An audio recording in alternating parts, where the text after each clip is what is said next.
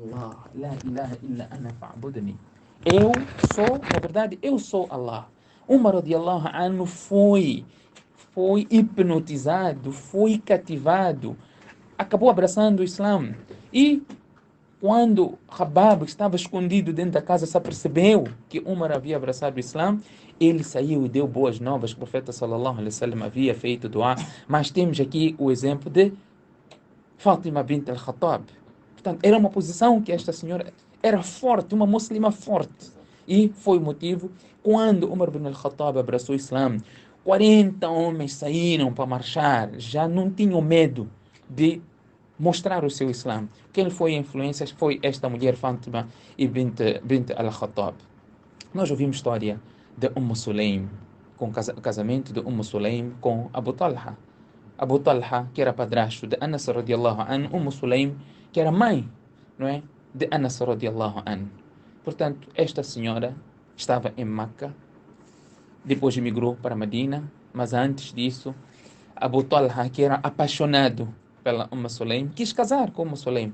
Sulaim era muçulmana e disse para ela, para Abu Talha, a condição de você casar comigo é você abraçar o Islã.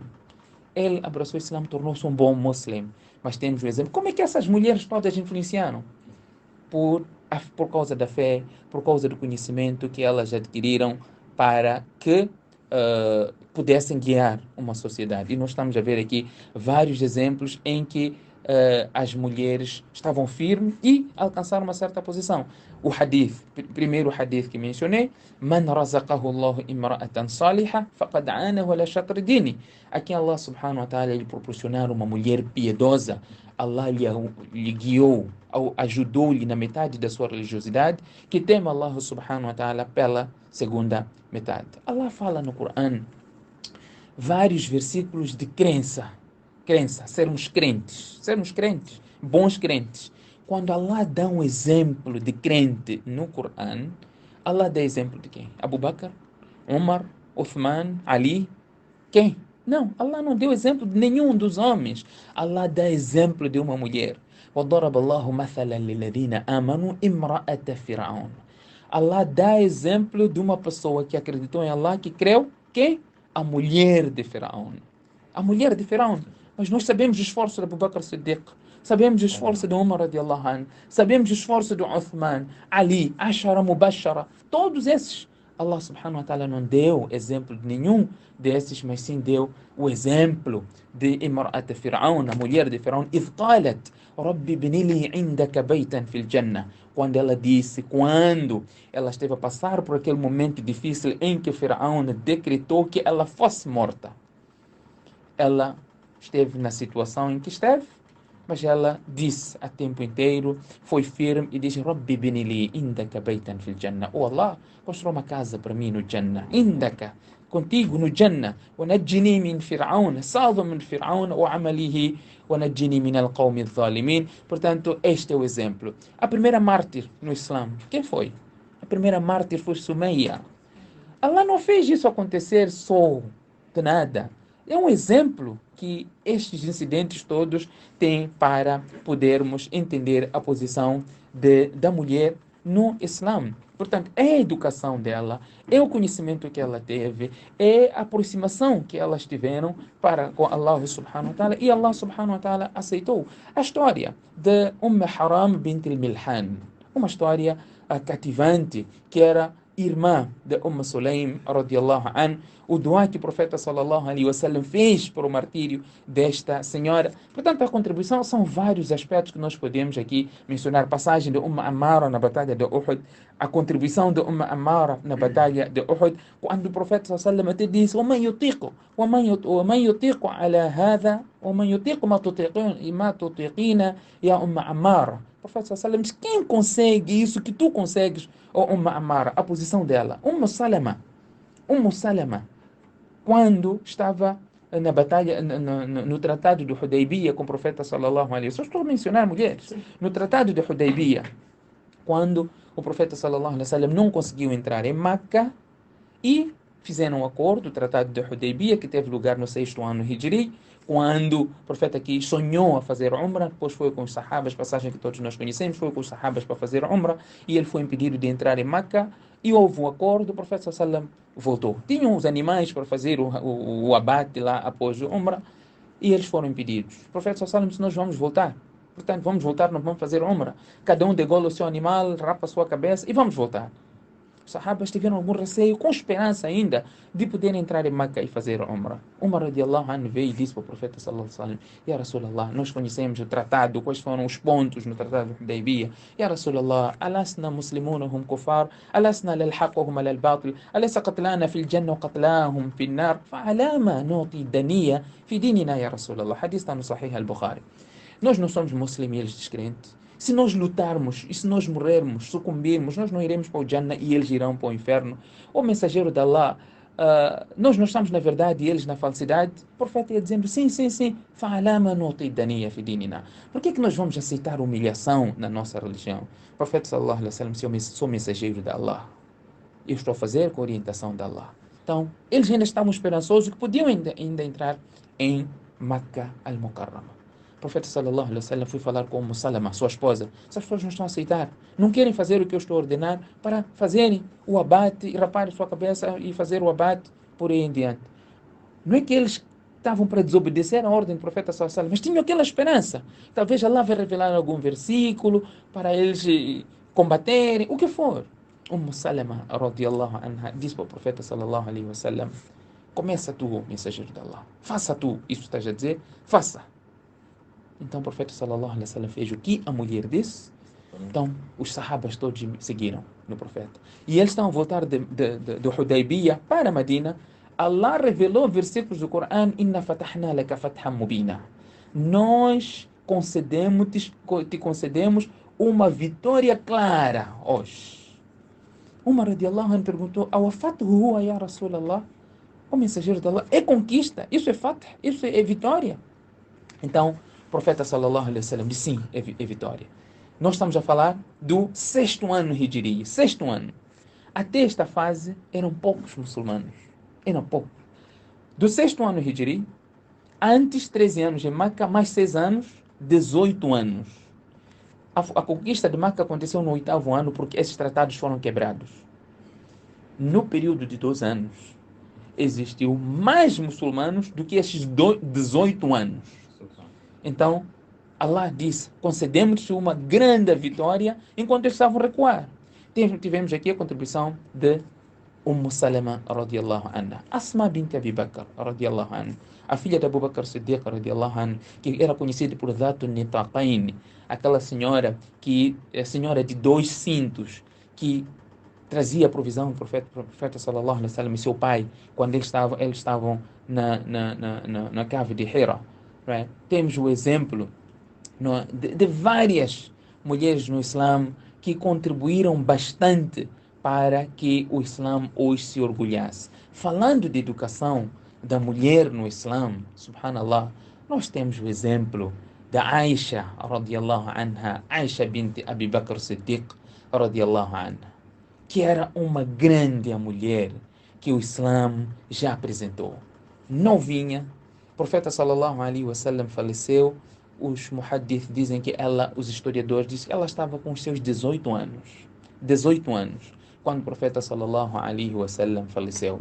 Esta senhora foi a maior narradora dito do profeta sallallahu alaihi wasallam. Com apenas 18 anos de idade. Com 18 anos de idade. Foi a maior narradora de hadith do profeta sallallahu alaihi wasallam. Era conhecida por faqiha al-umma. Faqiha, grande jurisconsulta do Islã, podemos assim dizer. Mulher que conhecia a jurisprudência islâmica.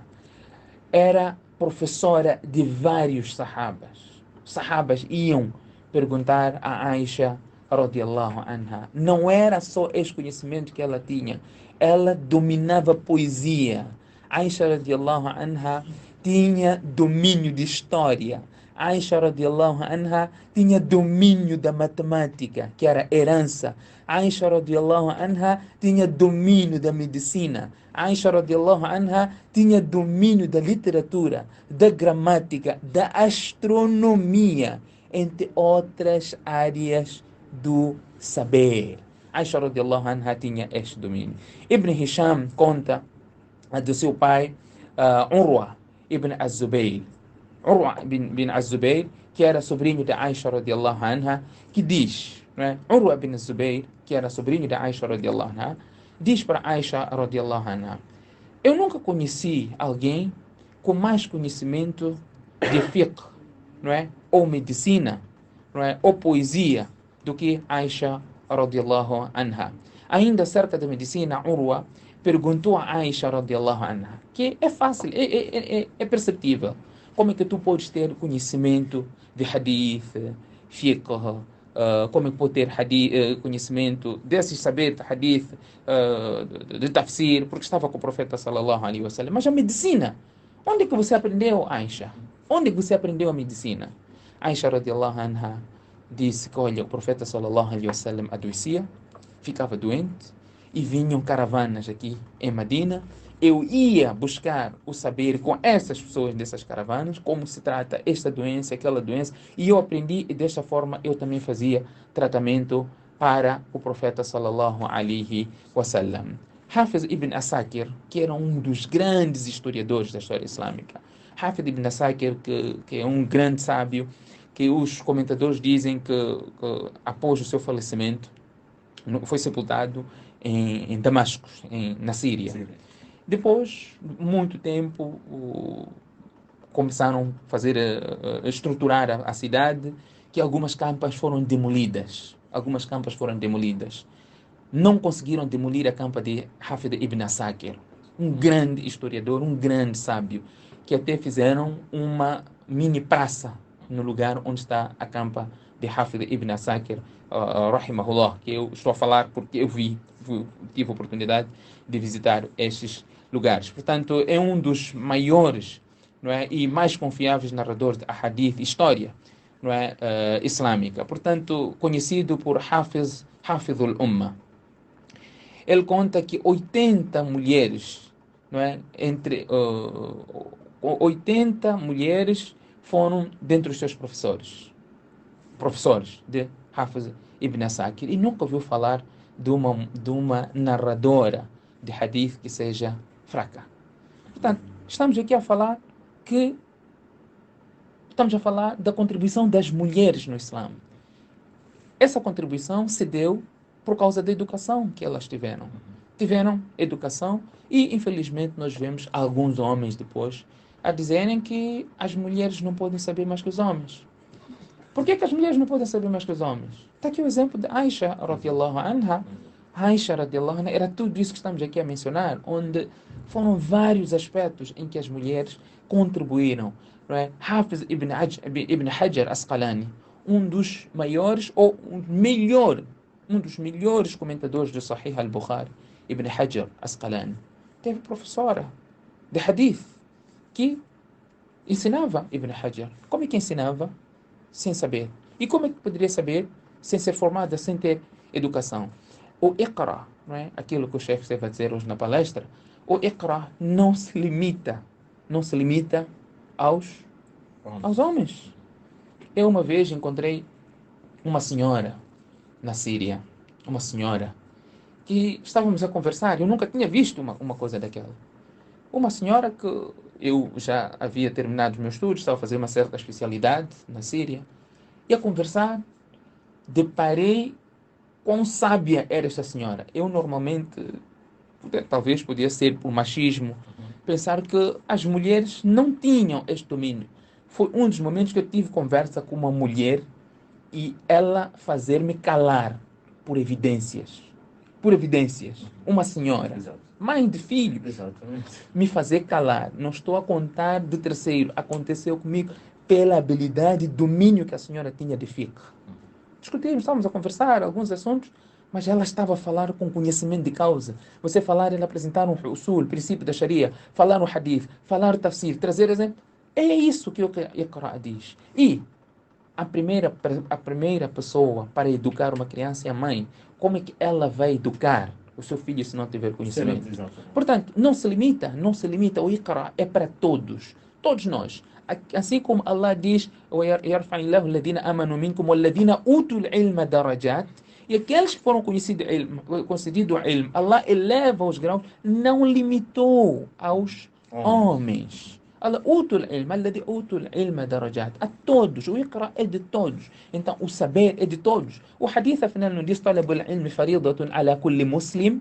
Nota a narração, muslima, não diz isso. E por que que nós vamos pensar que ela não pode ser educada? Por que que nós temos que pensar que ela está atrás? O Islã acabou com esse preconceito, é um preconceito de jahiliya, onde as mulheres não podiam saber, as mulheres eram herdadas, que o Corão, por saber aquilo que era hábito e costume do jahiliya, cortou essas práticas. Olha, o Corão fala de forma clara que nós não podemos termos as práticas do jahiliya para implementar nos dias em que o Islã, em que o Corão foi revelado, estava a ser revelado, no tempo de luz. Portanto, essas práticas tinham que ser abandonadas e deixadas. Portanto, o Islã não faz a distinção de que quem deve saber mais é homem e a mulher não deve saber. Isso não é islâmico. Isso não é islâmico. O Islã é todos, a busca do conhecimento. E é algo que temos nos competir, porque nós vamos chegar a Allah através do nosso conhecimento. O nosso conhecimento vai nos fazer adorar melhor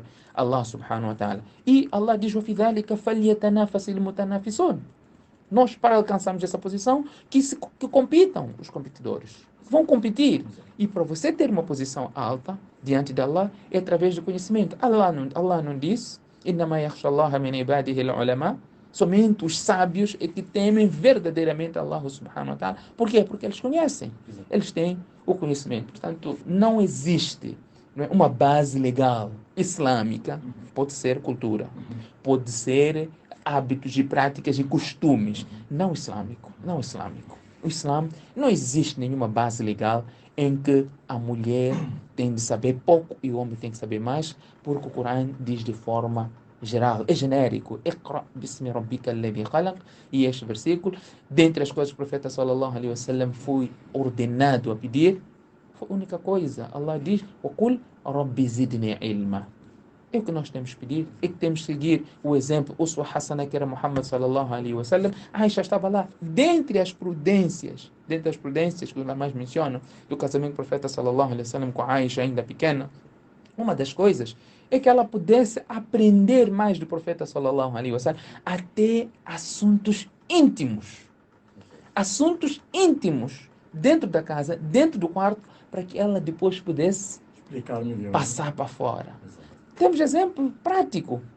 Veio aquela senhora, hadith na Abu Daud, hadith autêntico, Ansariya, que depois o profeta sallallahu alaihi wasallam elogiou a Ansar, né, que Allah tenha misericórdia da Ansar, porque a vergonha não fez com que elas ficassem para trás. Onde a senhora pergunta, uma senhora que estava com hemorragia.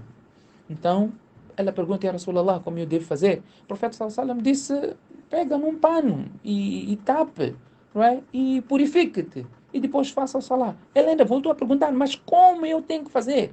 Aisha radiallahu anha entendeu o receio. No outro hadith vem que o profeta sallallahu alaihi wasallam depois tapou a sua cara com um pano. Hadith da Abu Daud. Tapou com um pano. Então Aisha interveio nesta situação. Ele diz: faça assim, faça assim, faça assim. Portanto, o profeta sallallahu alaihi wasallam casou com a Aisha, ainda pequena, para que ela adotasse este saber todo e depois transmitisse, e foi exatamente o que aconteceu. Aisha radiallahu anha esteve com o profeta sallallahu alaihi wasallam desde tenra idade.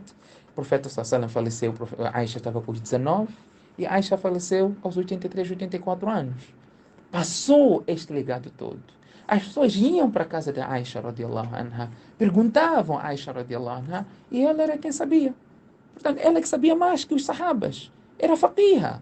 E por que nós vamos dizer que a mulher não pode saber e a mulher não pode ser educada e não pode adquirir conhecimento? De onde é que estamos a trazer isso?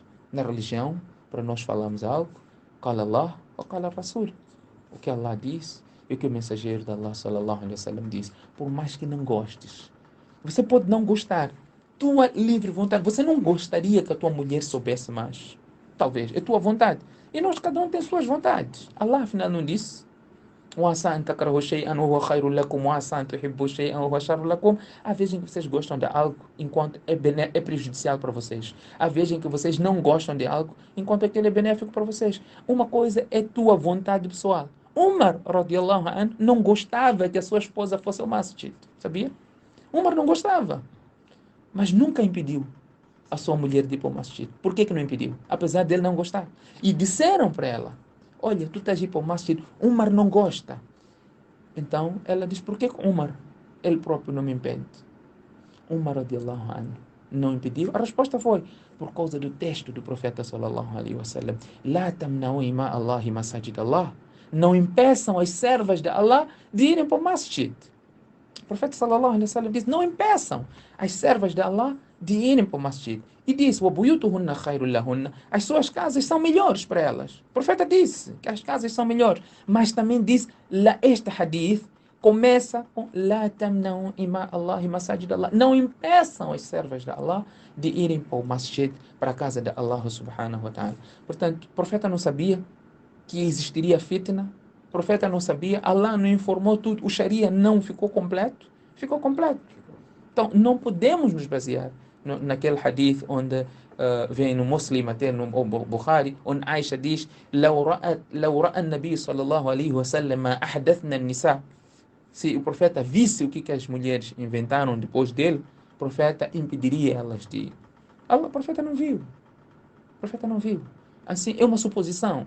Assim como o Corão diz, وَلَوْ أَنَّ أَهْلَ الْكِتَابِ آمَنُوا وَاتَّقَوْا لَكَفَّرْنَا عَنْهُمْ سَيِّئَاتِهِمْ وَلَأَدْخَلْنَاهُمْ جَنَّاتٍ نَعِيمٍ. Suposições estão cheias no Corão. Allah diz, se os Ahl Kitab abraçassem o Islã, Allah perdoaria os seus pecados e ia entrar no Jannah, mas não abraçaram o Islã, não terão resultado. O profeta não viu, não teve resultado.